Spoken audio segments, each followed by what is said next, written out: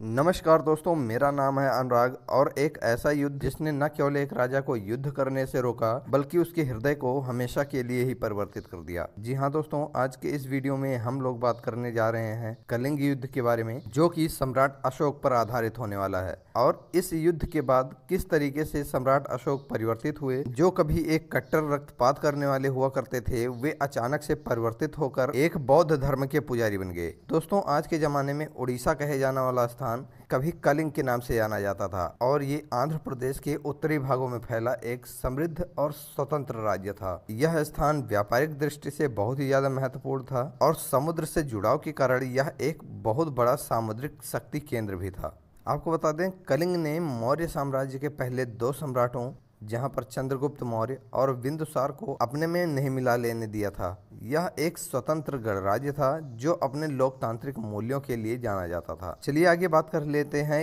युद्ध के कारण कि आखिर किस कारण यह युद्ध हुआ था। दोस्तों, आपको बता दें, ये युद्ध लगभग 273 से 232 ईस्वी के आसपास लड़ा गया था और जब सम्राट अशोक सत्ता में आए तो उन्होंने अपने साम्राज्य का विस्तार करना चाहा और यही मुख्य कारण था जिसकी वजह से यह युद्ध हुआ था। अशोक सम्राट अपने साम्राज्य का विस्तार चाहते थे और व्यापार के मार्गों पर भी नियंत्रण चाहते थे और इसीलिए उन्होंने राजनीति के तरीके से कलिंग को जीतना चाहा। इसके लिए उन्होंने युद्ध की बहुत ज्यादा तैयारी की। सम्राट अशोक ने इस युद्ध के लिए विशाल सेना तैयार की, जिसमें कि हाथी, घोड़े और पैदल सेना भी शामिल थे। लेकिन अगर देखा जाए तो कलिंग की सेना भी बहुत ही ज्यादा सशक्त थी। उन्होंने भी इस युद्ध में समर्पण नहीं किया बल्कि पूरे तरीके से लड़ते रहे और यह युद्ध लगभग 261 ईसा पूर्व में हुआ। आपको बता दें, यह युद्ध इतना ज्यादा भयानक था कि अशोक की सेना ने कलिंग को 3 दिशाओं से घेर लिया था और यह युद्ध कई दिनों तक चला, जिसमें कि आम जनता, स्त्रियां, युवा तक युद्ध में शामिल हुए।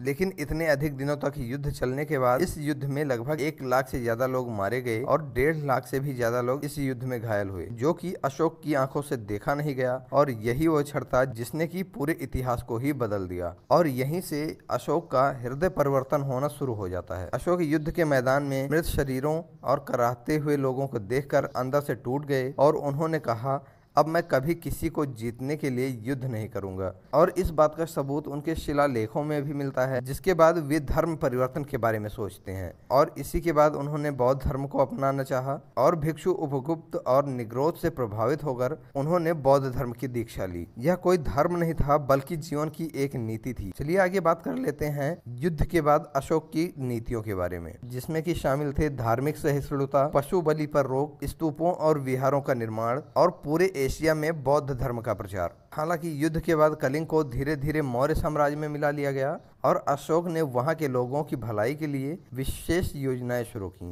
उनका ऐतिहासिक साक्ष्य था, आपको बता दें, विशेष रूप से रॉक एडिक्ट 13 में उन्होंने युद्ध की विभीषिका का वर्णन किया है, जिसके प्रमाण उड़ीसा में और दया नदी के किनारे स्मारक के रूप में मिलता है। और इसी तरीके से ये युद्ध ये दर्शाता है कि आंतरिक परिवर्तन बाहरी जीत से कहीं अधिक शक्तिशाली हो सकता है। एक सम्राट जिसने रक्तपात से अहिंसा की ओर यात्रा की, आज भी विश्व इतिहास में प्रेरणा है। आज भी कई बौद्ध देश अशोक को धम्म राजा की तरह पूजते भी हैं और ऐसा बताया जाता है कि ये सिर्फ एक युद्ध नहीं था बल्कि एक आध्यात्मिक जागरण भी था और शायद अगर कलिंग युद्ध न होता तो अशोक कभी महान न कहलाता। दोस्तों, आपको ये कहानी कैसी लगी प्लीज कमेंट बॉक्स में जरूर बताइएगा और ऐसे ही कहानी के लिए चैनल को सब्सक्राइब, वीडियो को लाइक और शेयर भी कर दीजिएगा।